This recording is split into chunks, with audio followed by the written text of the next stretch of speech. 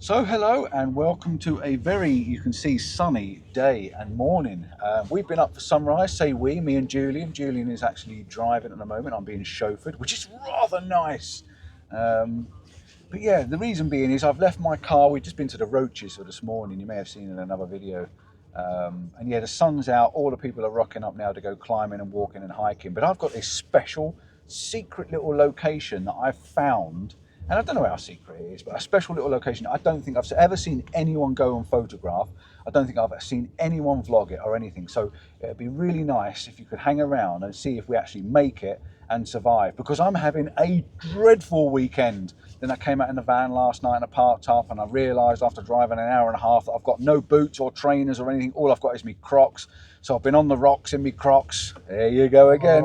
On the rocks in my Crocs. I've been rocking them this morning.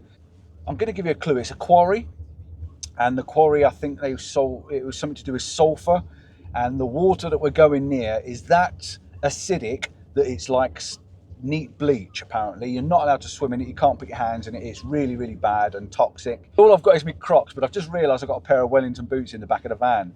Why I didn't think of that this morning, I don't know, but I'm going to put my Wellington boots on. That's probably safer than my Crocs.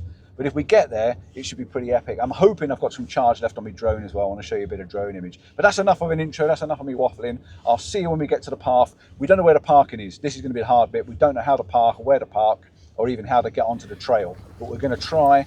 And if we succeed, the next clip you'll see is me trying to get on this trail.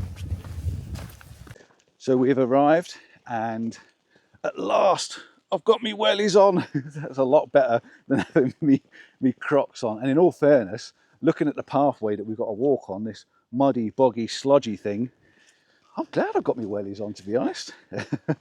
Now, yes, I was a bit unsure before. I didn't know whether you could walk along here, whether you could be on here. I've seen sort of as it is a path, but I wasn't quite 100% sure. But it's a public footpath, it's a public right of way. You are allowed down here, and there is a sign up on the wall telling you not to swim in the water, not to go in. It's ammonia and bleach. That's the combination of what you're going to be swimming in, and you can probably guess that is not very healthy. Even if you want to pale your skin, that is not the way to do it. So yeah, there is signs up. Oh my gosh, this is slippery, boggy, muddy. But yeah, we're going there, and yeah, let's see what we can find. Okay, so a little bit of an update for you. We've just been talking to a lovely local lady. I knew roughly how to get to here anyway. I'd done a bit of research on Google's, but she just confirmed what I already knew. And yeah, she's just been saying, we've just been talking about, we want to see this nice blue lagoon, and she's just been saying that the council dye it brown now. They turn it into a brown sludgy puddle, basically to stop people and tourists coming. The lady was just saying that years ago there was thousands of people used to come here from all over the country and everywhere, insanely mad, to get in there with lilos and go swimming and diving. This thing is alkaline. I think it was just a 1.2 pH or something, or it's like swimming in bleach. I mean, you've got to be cuckoo, haven't you? So I can understand why the council stop it. I can understand why they've turned it brown to stop it looking so good. Me and Julian are now begging to the fact that it might still be blue at the moment, because it's like, I suppose, beginning of the year. The anticipation's building. We're walking towards the edge. Me and Julian's got this hopeful face, but we just know we're going to be disappointed. Just caught it out the corner of my eye. It's blue, it's blue, it's blue. I'm going to turn you around. Enjoy the walk in. It looks amazing. Julian's already there. Woo! Wow. Wow. Wow, I'm so pleased. Oh, look at that. Unbelievable. Mr. Julian, what do you think of that? That's very picturesque, isn't That's it? not bad, is it? Yeah. I said I was going to take him last night. I said I was going to take him to a secret, special little location that I knew he wouldn't know about. And I'm so impressed that this is still this colour. Look at this. But my goodness, how dangerous is that stuff? That is not to be drunk. It just looks dangerous. I mean, come on. I mean, where do you go where you've got a neo luminescent blue water? I mean, come on. I'm so pleased there's water in that, and I'm so pleased it's that colour, because if anything, I just wanted to see it. I mean, Does it take a photograph? I don't know really, but look at this down here. We've got barbecues and food tins and bags, and Just dump it. it's just, yeah, they just dump it don't everywhere. care. It's just ridiculous. They I don't thought it care. was bigger.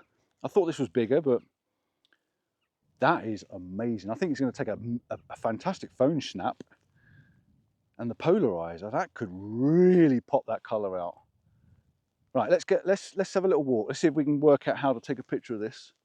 It's going to be a recce shot, unless we can put a tree in it or something. I don't know. There's a few trees, but yeah, that's cool. So just as I'm walking along, I've just noticed you can see how the water's bleached all the rocks. All the rocks down there are bleached and pure white underneath the water. So I think what I'm going to do, this is cool. I like this little clump of trees with this colour behind it. So I'm going to put the camera on the capture clip, and I'm going to walk around and see if I can. Oh no, this is amazing. When I first saw this and found this, I'm like, I've got to visit this. And this, I have picked the perfect day. Blue skies reflecting the water. It's clear, it's shiny, and yeah, it's this is cool.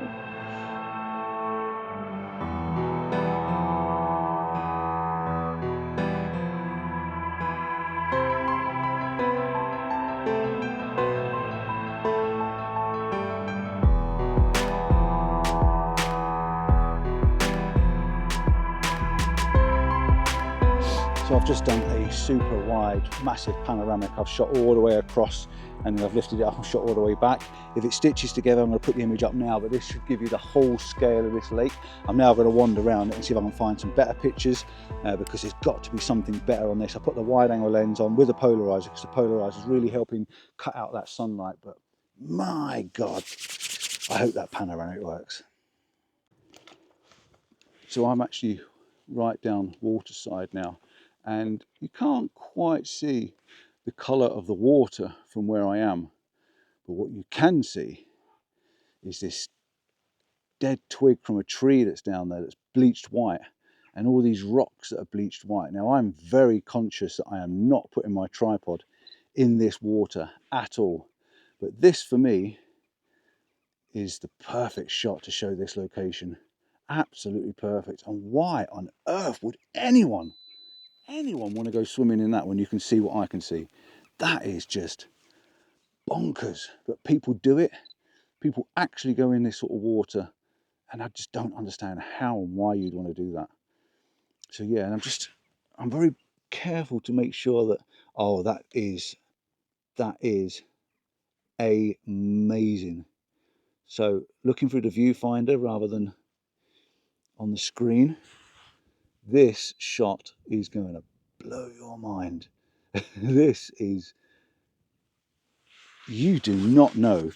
If I didn't tell you where I was, you would never in a million years know where I was. It's just been a bit of wind come across and it's just rippled up the water, but it doesn't matter because, oh my goodness, you wouldn't know I was here if it wasn't the fact that I told you I was here. But now the ripples on the water are making it look a little bit different, so oh, amazing.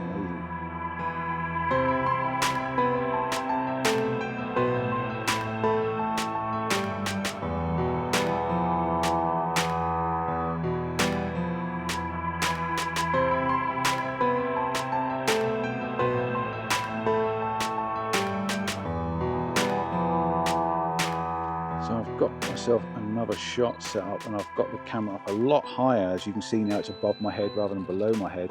And the reason I've done this is because I think you get a better view of the color.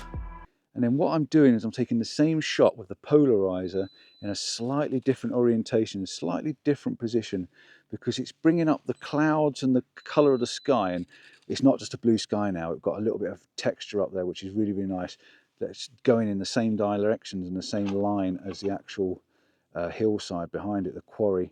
But what I'm getting from here, I'm getting these white rocks down in the foreground, and I'm looking across the blue water, and I am just literally taking different shots with it in a different position, because each time I turn it a little bit, I'm getting a slightly different glow or a slightly different color. But this is rocking my boat. This really is rocking my boat. This is out of this, well, it's out of this world. It's kind of out of this world. It's In fact, I'm going to go with that. It's out of this world. I'm going to do a closer, tighter shot now of the reflection in the background. What does that look like with the polarizer? So polarizer off to start with.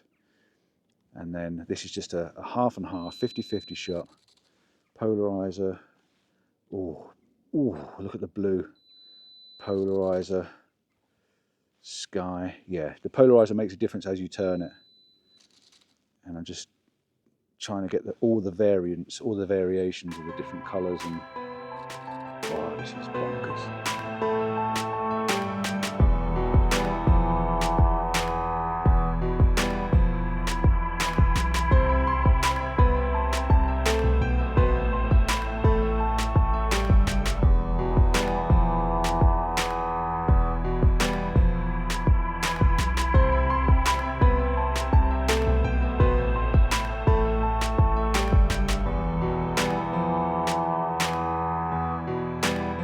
Right, so before I walk off, this is the postcard.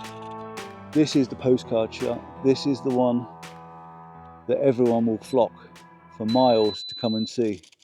This is the one that if you put this on your Instagram feed, everyone will want to know where this Blue Lagoon is. This is the postcard shot.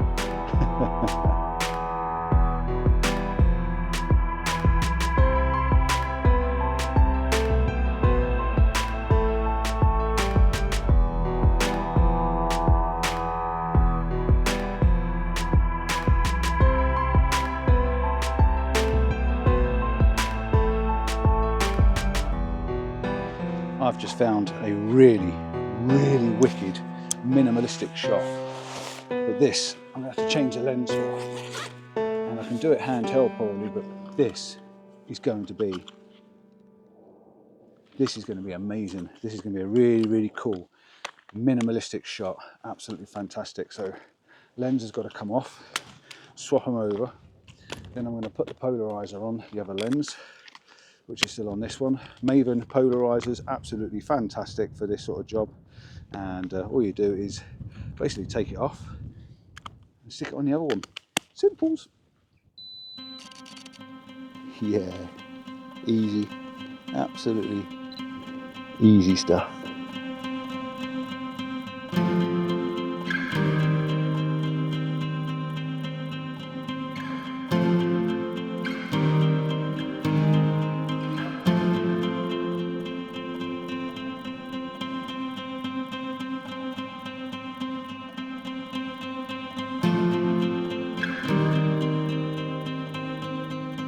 So I've come up on the top of the quarry now, and now it's getting silly. Now I'm getting into that.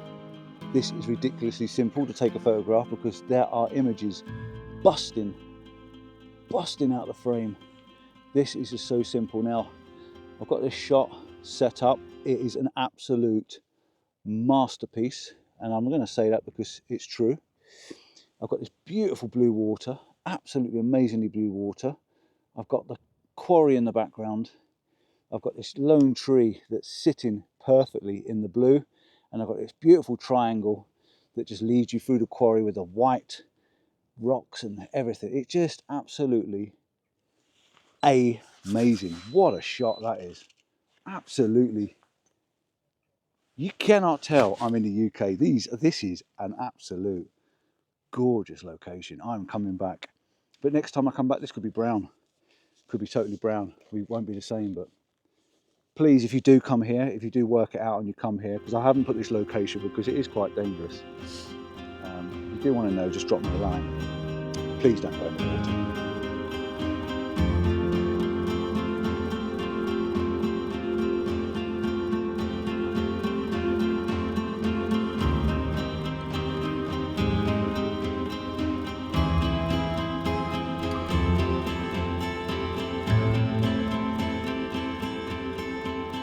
Okay, so apart from me risking life and limb, because I'm right on this slope at the moment, and there's, well, yeah, I probably might not die, but I'd definitely break a few things probably on the way down.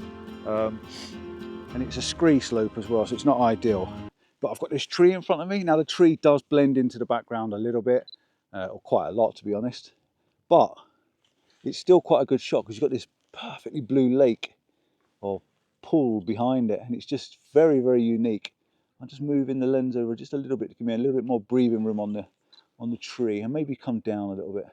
So I've got a bit more of this scree, and you can see in the angle of this shot when it comes up, it's 45 degrees and I'm right on this edge. I've got to try and turn around now and go backwards and get off of here. And would you believe it or not, Julian's lost his spike. He's been all around this quarry, way ahead of me. He's gone all around the other side and everything. He's come back. He said, I've had a failure. I've lost a spike off my tripod. Unbelievable. I said, oh, just go around and find all the places you put the tripod. You'll find it. And it was a bit of a laugh and a joke. I'm stood here and he's just shouted, would you believe I found my spike? He's walked all the way around the quarry, come back, just standing here waiting for me, and it's on the floor behind him. That's impossible.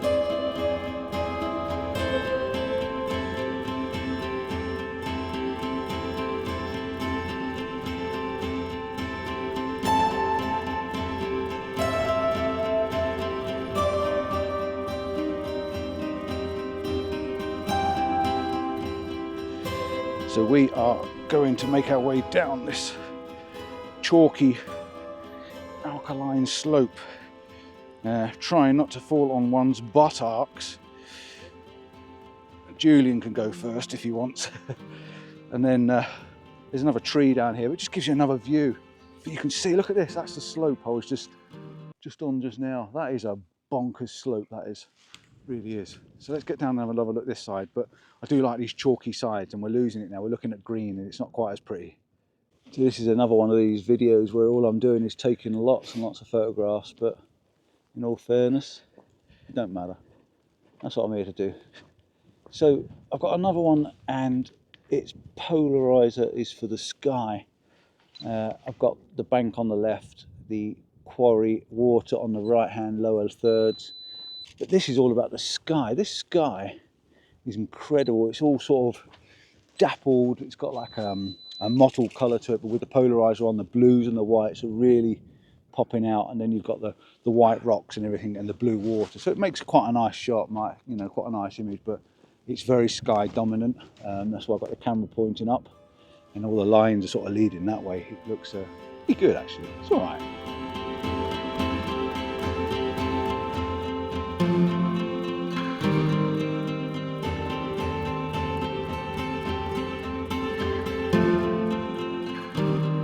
Just come across an old car by the looks of it, and me and Julian are having a bit of a competition to see. Oh, it's got GM on it, General Motors.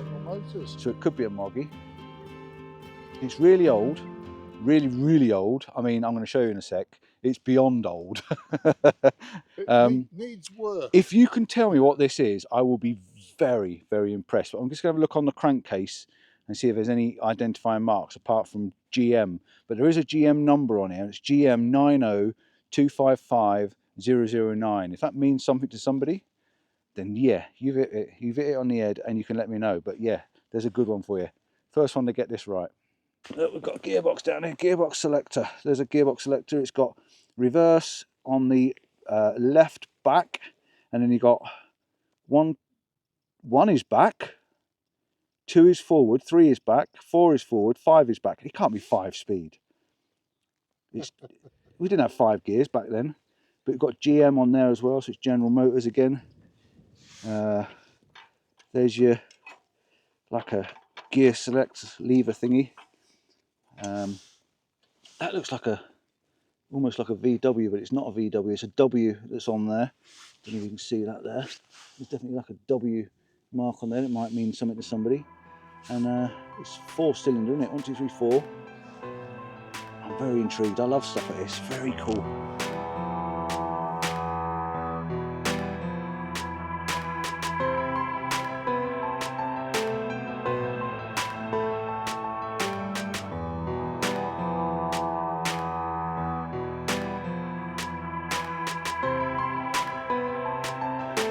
Looks like Julian's found some more machinery up in front, so let's go and have a little look. This place wants exploring. There's some amazing trees, amazing quarry, so I'm going to bring my bike over here, and I'm going to, I've got a fly in my mouth. Yeah, I'm going to bring my bike over here and I'm going to explore on the bike, because there's a lot of ground to cover, and I reckon this is a perfect opportunity to use one of the e-bikes. and buzz around this quarry because it's massive and have a look. But look at this got all these walls and all this quarry mounds and all this lot here. There's just loads of it. So yeah, what has he found? What's Julian got this time? Have you identified that one? No. He's got no idea. Let's see if we can have a look. There must be, I've seen one down there a little while ago. This one, it's another 4-cylinder. Because I was thinking, oh, maybe old 3-cylinder ones, but yeah, really hard to tell what they are, but interesting.